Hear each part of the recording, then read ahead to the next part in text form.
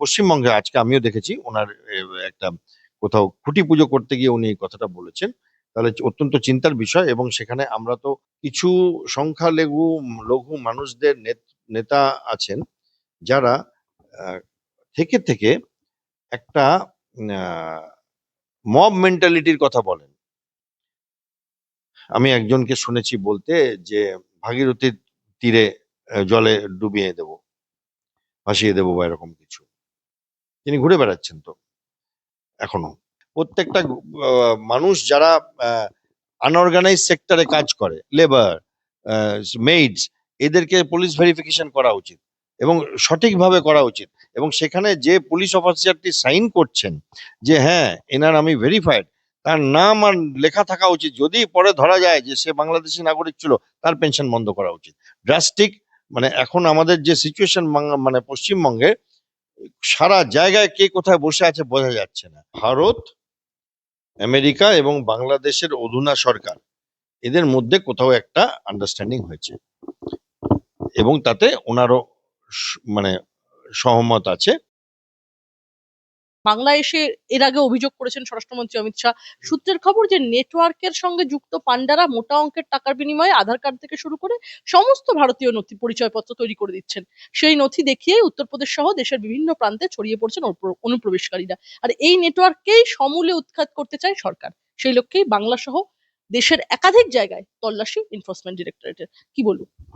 হ্যাঁ, আমিও মিডিয়াতে দেখছিলাম এনফোর্সমেন্ট ডিরেক্টরেট অনেক রকম জিনিস করছে, এবং কিছু কিছু শিক্ষা প্রতিষ্ঠান, কিছু অর্গানাইজেশনের যে টাকার স্রোত বিদেশ থেকে আসছে বা বাংলাদেশ থেকে আসছে বা এখান থেকে বাংলাদেশে যাচ্ছে, এগুলো নাকি ধরা হচ্ছে। আজকেই দেখছিলাম মিডিয়াতে, এবং অত্যন্ত মানে ভালো পদক্ষেপ এটা। এবং আমার মনে হয় যে আহ, সারা ভারতবর্ষে বহু মানুষ আছেন যারা এখান থেকে কাগজপত্র বানিয়ে, যারা আমাদের নাগরিক না, আমাদের দেশের হাওয়া বাতাস, আমাদের দেশের সুযোগ সুবিধা, আমাদের দেশের হাসপাতাল, আমাদের দেশের বাস ট্রেন ব্যবহারগুলো এবং সব সুযোগ সুবিধাগুলো ভোগ করছেন অবৈধভাবে ভারতীয় নাগরিকত্ব জোগাড় করে পয়সার বিনিময় এবং একটি বিশেষ রাজনৈতিক দলের প্রশ্রয়ের কারণে।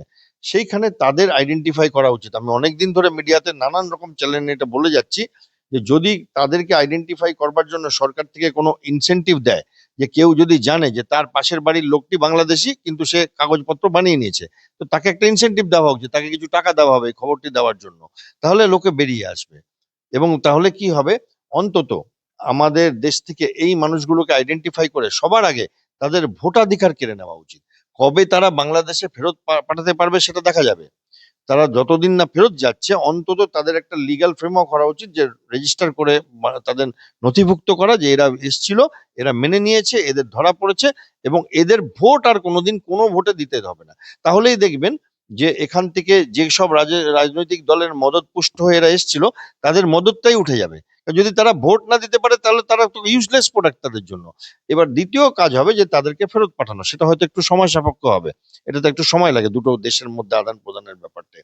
এবং তৃতীয় যেটা হওয়া উচিত, সেটা আমি অত্যন্ত গুরুত্বপূর্ণ, যারা যারা এই নথিতে তাদের সাহায্য করেছিল সেই মানুষগুলোর টেলিফোন নাম্বার এই বাংলাদেশি মানে ভুয়ো ভারতীয় নাগরিকদের কাছে আছে, তাদের নাম আছে। তাদেরকে শনাক্ত করে তাদের জন্য বড় আঘাত আনা উচিত। তাদেরকে এদের থেকেও বেশি বড় সাজা দেওয়া উচিত, কারণ তারা দেশদ্রোহিতা করেছে। এবং আমরা তো প্রকাশ্যে মিডিয়াতে দেখেছি, লোকে বলছে যারা বাংলাদেশ থেকে এসছেন, মানে রাজনৈতিক নেতারা বলছে কোনো অসুবিধা থাকলে আমাদের কাছে আসবেন, আমরা কাগজ বানিয়ে দেবো।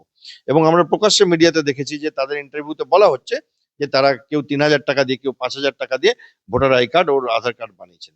তো এই যারা বানাতে মদত করেছেন, তারা রাজনৈতিক দলের হোক, তারা সরকারের হোক, পুলিশের হোক, তাদেরকে আইডেন্টিফাই করা উচিত এবং তাদেরকে কঠিনতম সাজা দেওয়া উচিত। আমরা একটা বিষয় লক্ষ্য করলাম যে রাজ্যে মৌলবাদের যে বাড়বাড়ন্ত নিয়ে উদ্বেগ প্রকাশ করলেন রাজ্য বিজেপি সভাপতি সমীর ভট্টাচার্য। তিনি জানাচ্ছেন যে পশ্চিমবঙ্গের কিছু জেলাতে এমন একটা ফিল হচ্ছে যে বাংলাদেশ হয়ে গিয়েছে সেখানকার ডেমোগ্রাফিক্যাল হিসাবটা দেখতে গেলে দেখা যাচ্ছে যে যারা বাংলাদেশে পরিণত হয়েছে, বাংলাদেশে দুর্গা প্রতিমার হাত ভেঙে ঘট তুলে নিয়ে যাওয়া হয়, এ রাজ্যেও দিকে দিকে বাংলাদেশের মতো নিদান দেওয়া হচ্ছে। বলা হচ্ছে প্রদীপ জ্বালতে পারবে না, প্রদীপ জ্বালতে পারবে কিন্তু শাঁখ বাজাতে পারবে না, মরদেহ পোড়াতে পারবে কিন্তু হরিবোল বলতে পারবে না। স্বাধীন ভারতের পশ্চিমবঙ্গের বুকে এইসব ঘটনার রীতিমতো উদ্বিগ্ন শ্রমিক ভট্টাচার্য। কি বলবেন, কিভাবে দেখছেন? মানে একটা কি স্যার সিকিউরিটি থ্রেট কি তৈরি হচ্ছে? না দেখুন, বাংলাদেশে যেটা বললেন সেটা আমি জানি, যে বাংলাদেশে যত রকম ভাবে যেন তেন প্রকারণে আম, অল্প সংখ্যক বিশেষ করে হিন্দুদের ধর্মীয় অনুষ্ঠানগুলোতে ব্যাঘাত সৃষ্টি হয় নানান ভাবে, নানান কায়দা কানুন করে। কেউ ওখানে গিয়ে কিছু ফেলে দেয় এবং বলে যে অবমাননা করা হয়েছে আমাদের ধর্মকে, বা ইচ্ছা করে যে পুজোর সরঞ্জামগুলো সেগুলো অ্যাভেলেবেল না করা বা লোককে থ্রেট দেওয়া, এগুলো হয়। ঠিক আছে, সেটা মেনে নিলাম, বাট এটা যদি পশ্চিমবঙ্গে, আজকে আমিও দেখেছি ওনার একটা কোথাও খুঁটি পুজো করতে গিয়ে উনি এই কথাটা বলেছেন, তাহলে অত্যন্ত চিন্তার বিষয়। এবং সেখানে আমরা তো সাধারণ মানুষ, মানে আমি তো দেখুন রাজনীতি করি না, আমার একটা ভোট, আমি বাট কোটি কোটি মানুষ এনাদের ভোট দিয়েছেন, ভোট দিয়ে হয়তো এইগুলোর থেকে বাঁচবার জন্য সেই ভোটটা ওনারা সংগ্রহ করতে পেরেছেন। তাহলে এখন আমরা অ্যাকশন দেখতে চাইবো এই ব্যাপারের। এই ব্যাপারে আমরা কড়া গুন্ডা দমন আইনও তো হয়ে গেছে। তো এই ব্যাপারে আমরা অ্যাকশন দেখতে পাবো যদি ওনার কথাটা সত্যি হয়, যে এখানেও নাকি কিছু কিছু জেলায় এটা চলছে। তাহলে ডেফিনেটলি সেই জেলাগুলোকে আইডেন্টিফাই করা দরকার, এবং দরকার প্রয়োজন হলে সেই জেলাগুলোকে বিশেষ ব্যবস্থা নেওয়া দরকার তাদের মধ্যে। কারণ আমরা শুনেছি একটা অদ্ভুত ব্যাপার দেখি, যে আমি যে কিছু সংখ্যালঘু লঘু মানুষদের নেতা আছেন, যারা আহ, থেকে থেকে একটা মব মেন্টালিটির কথা বলেন। আমি একজনকে শুনেছি বলতে যে ভাগীরথীর তীরে জলে ডুবিয়ে দেব, ভাসিয়ে দেবো বা এরকম কিছু। তিনি ঘুরে বেড়াচ্ছেন তো এখনো, একটু তার কথাবার্তা কমেছে, একটু ভয় আছেন, বাট ঘুরে বেড়াচ্ছেন। আরেকজন আছেন, তিনি বলেছিলেন যে রাস্তায় রাস্তায় 2000 ছেলে বসিয়ে দেব। তো সংখ্যালঘুরা যদি এটা বলতে পারে, তারা কোন কোন হিম্মত থেকে বলছে? তো সেইখানে এখন তো আমার মনে হয় তাহলে তাদেরও প্রত্যেকটা গ্রামে 200টা করে সিআরপিএফ, 200টা করে বিএসএফ বসিয়ে দেওয়া উচিত, দেখার জন্য, যাতে এই এই কথাগুলো তাদের মগজ ধোলাই করে বার করতে হবে। এই কথাগুলো আসে কি করে? কারণ কারণ আমি তো অন্যান্য কোনো দলকে দেখি না, অন্য কোনো জাতিকে দেখি না এরকম ভাবে বলতে। তো এই লোকেরা কি করছে, সাধারণ মানুষদের, সংখ্যালঘুদের জীবনও বিপন্ন করে দিচ্ছে, যে তাদের উপর সাধারণ মানুষের একটা ভয় হয়ে যাচ্ছে।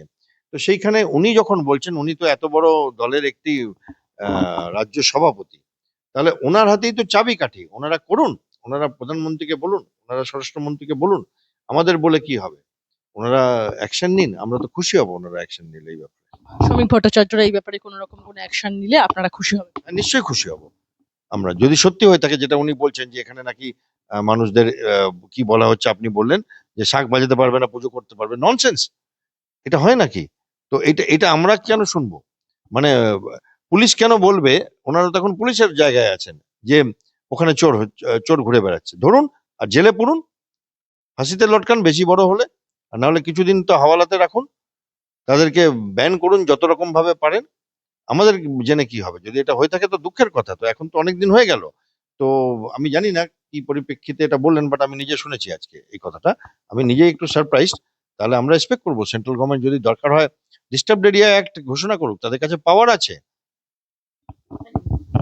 স্যার আমি বলবো যে রীতিমতো আমরা দেখতে পাচ্ছি যে সীমান্তবর্তী জেলায় আপনারা যে রোগীর চিকিৎসাই করুন না কেন তার পরিচয়পত্র যাচাই করে নেবেন। বিশেষ করে আধার কার্ড যদি সঠিকভাবে যাচাই করেন খুব সহজেই সেটা আসল না নকল জানা যাবে। তাই যে কেউ বেআইনিভাবে এখানে এসে চিকিৎসা করিয়ে বেরিয়ে যাবে তা হতে পারে না। সেটা এড়াতে আগে থেকে নথি যাচাই করে নেবেন। রাজ্যে অনুপ্রবেশ রুখতে হাসপাতালগুলোকে সজাগ এবং সতর্ক থাকার পরামর্শ বিজেপি সাংসদ শ্রমিক ভট্টাচার্যের। কি বলবেন? এই যে চিকিৎসা করতে আসে, এটা তো একটা খুব বড় ফ্যাক্টর বাংলাদেশ থেকে। না না, খালি চিকিৎসা না, বহু বহু মানুষ আছেন যারা এখানে আহ, মানে ফলস ডকুমেন্ট নিয়ে ঘুরে বেড়াচ্ছেন, এবং যাচাই সবার করা উচিত। মানে খালি চিকিৎসা করতে যারা আসে তারা না, এবং খালি বর্ডার এরিয়া না, কলকাতা শহরেও কন্ট্রাক্টরের নিচে শয়ে শয়ে মানুষ কাজ করছেন, যাদের মধ্যে অনেকেই আমাদের দেশের লোক না। এবং সে যে দেশেরই লোক হোক, ভুটানের হোক, নেপালের হোক, বাংলাদেশের হোক, মিয়ানমারের হোক, চায়নার হোক, সেটা আমার ব্যক্তিগত না, বাট আমাদের দেশের লোকেদের রুটি তে তারা কেন ভাগ বসাবে? কারণ এর আগে একজন ছিলেন আমাদের রাজনীতিতে, যিনি বলতেন দুটো রুটি থাকলে আমরা ভাগ করে খাবো। আমি ওই মানসিকতাতে বিশ্বাস না। না, আমরা কারোর সাথে ভাগ করে খাবো না। আমাদের দেশের হিন্দু মুসলমানরা তাদের যে দেশের থেকে যে সিস্টেমটা আছে সেটা ব্যবহার করবে। অন্য কোনো দেশের কোনো মানুষ এসে যেন সেটা ব্যবহার করে নিয়ে যেতে পারে না। তার জন্য কলকাতার হাসপাতালগুলোতেও সতর্ক থাকা উচিত। আধার কার্ডে আজকাল আমরা চেক করতে পারি ইন্টারনেটে, প্রত্যেকটা মানুষ যারা আনঅর্গানাইজ সেক্টরে কাজ করে, লেবার, মেইডস, এদেরকে পুলিশ ভেরিফিকেশন করা উচিত এবং সঠিকভাবে করা উচিত। এবং সেখানে যে পুলিশ অফিসারটি সাইন করছেন যে হ্যাঁ এনার আমি ভেরিফাইড, তার নাম আর লেখা থাকা উচিত। যদি পরে ধরা যায় যে সে বাংলাদেশি নাগরিক ছিল, তার পেনশন বন্ধ করা উচিত। ড্রাস্টিক, মানে এখন আমাদের যে সিচুয়েশন মানে পশ্চিমবঙ্গে সারা জায়গায় কে কোথায় বসে আছে বোঝা যাচ্ছে না। হ্যাঁ, এবং কিছু লোক বেরিয়ে গেছে, বাট বাকিরা সেট হয়ে গেছে, তাদের কাছে ডকুমেন্ট আছে। তো যতদিন ইন্ডিভিজুয়ালি ধরা হচ্ছে, দুই তিনটে জিনিস যদি না করা হয়, তাহলে কি হবে, তারা সিস্টেমের সাথে মার্জ করে যাবে। এবং পরবর্তীকালে যদি কোনোদিন অন্য মানে সামরিকভাবে কিছু হয়, তো তখন তারা আমাদের দেশের শত্রু হয়ে কাজ করবে। ফলে সবাইকে যাচাই করা উচিত এবং এতে কোনো লজ্জা থাকা উচিত না। আমরা যেমন কোথাও বেড়াতে যাই, তো আধার কার্ড চেক করে, তো সেটা তো একটা ম্যান্ডেটরি রিকোয়ারমেন্ট, তো সেরকম হওয়া উচিত। কি কি অসুবিধা আছে? স্যার, আমি একটা বিষয় বলবো যে এই যে শেখ হাসিনাকে কি বাংলাদেশে ফেরত পাঠাবে ভারতবর্ষ? হাসিনা জানিয়ে দিলেন যে তিনি নিজেই ফিরতে চান। আদালতে গিয়ে আত্মসমর্পণ করার পরিকল্পনা রয়েছে আওয়ামী লীগ নেত্রীর। সঙ্গে দলের অন্যান্য পলাতক নেতাদেরও নিয়ে যাবেন তিনি। কি বলবেন এই মুহূর্তের অন্যতম একটি চর্চিত আন্তর্জাতিক রাজনীতির বিষয়? দেখুন, আমি তো এই ব্যাপারে আমার ব্যক্তিগত মতামত জানাতে পারি, যেহেতু এই ব্যাপারগুলো বুঝি, অনেকদিন ধরে ডিল করেছি। আমার কাছে তো কোনো ভারত সরকারের কোনো এখন হটলাইন নেই যে আমি জিজ্ঞেস করে আপনাকে বলবো। আমার ব্যক্তিগত মতামত যে ভারত, আমেরিকা এবং বাংলাদেশের অধুনা সরকার, এদের মধ্যে কোথাও একটা আন্ডারস্ট্যান্ডিং হয়েছে এবং তাতে ওনারও মানে সহমত আছে। এবং সেখানে আমার মনে হয় যে ওনার দেশে ফেরত যাওয়া, ভারতকে এই ত্রিশঙ্কু অবস্থার থেকে অব্যাহতি দেওয়া ওনার, কারণ উনি এখানে বসে আছেন, ওই দেশের মানুষের ওনার উপরে একটা আহ, বিরূপ মনোভাব আছে অনেক লোকের। এবং দ্বিতীয় কথা হচ্ছে আমেরিকারও কিছু ইন্টারেস্ট আছে, কারণ বাংলাদেশ একটু বাংলাদেশের বর্তমান লিডারশিপ চীনের দিকে ঝুঁকছে। আমেরিকার এটা অতটা পছন্দের না। তো কোথাও একটা যেটা বাংলাদেশের ইউটিউব চ্যানেলগুলো দেখি সারাদিন ধরে, পড়াশোনা করি, বাংলাদেশকে বুঝি, তো এদের রাজনীতিটা বুঝি, আমার মনে হয় বর্তমান যে বাংলাদেশের গড় সরকার, ভারত সরকার, শেখ হাসিনা পলিটিক্যাল পার্টি এবং তিনি নিজে, এবং আমেরিকার একটা প্রচ্ছন্ন সংযোগ আছে, যেখানে তাকে ওই মানে নর্থ কোরিয়ার মতো কোনো হঠকারিতা করে তার জীবনহানি না হয়, সেটা তারা হয়তো এনশিওর করবে। এবং তিনি বোধহয় দেশে ফেরত যেতেও চাইছেন, আমার মনে হয়। হাসিনা নিজে ফেরত যেতে চান? হ্যাঁ, উনি ভারত যে তাড়িয়ে দিচ্ছে বা বিতাড়িত করছে এরকম না। ভারতে তো দলাই লামা কয়েক দশক ধরে আছেন, তো ভারতের ওই ক্ষমতাটা আছে। অন্য দেশকে বলে দেওয়া উচিত যে যে আমরা রাখবো, বাট সেটা না। আমার ভারত কোনো বাধ্য হয়ে দিচ্ছে না। আমার মনে হয় যে কোথাও একটা আন্ডারস্ট্যান্ডিং আসা গেছে যে ওনার জীবনহানি হবে না। এবং একটা বাংলাদেশ, দেখুন এই ছোট ছোট দেশগুলো না অনেকটা অর্থনৈতিকভাবে ডিপেন্ডেন্ট থাকে আন্তর্জাতিক সংস্থাদের ওপর। তো বাংলাদেশ এখন লিস্ট ডেভেলপড কান্ট্রি এলডিসি বলে, সেখান থেকে মুক্ত হতে চলেছে। তো সেখানে কি হবে যে বাংলাদেশের নিজেরও হয়তো অনেক কিছু বেনিফিট পাবে তারা, আহ, ভারতের থেকে বা পৃথিবীর বড় দেশগুলোর থেকে, যদি তারা এই রকম একটা অদ্ভুত ব্যাপার যে একটা প্রাইম মিনিস্টার একটা দেশের অন্য দেশে গিয়ে বসে আছে, সেটার থেকে মুক্তি পায়। তো মনে হয় রাজনীতির জায়গায় এটা ঠিকই আছে। উনি যদি ফেরত যান সসম্মানে এবং ওনার যদি ব্যক্তিগত কোনো হানি না হয়, আমার তো মনে হয় এটা ভালোই হয়, সব দিক দিয়ে ভালো হয়।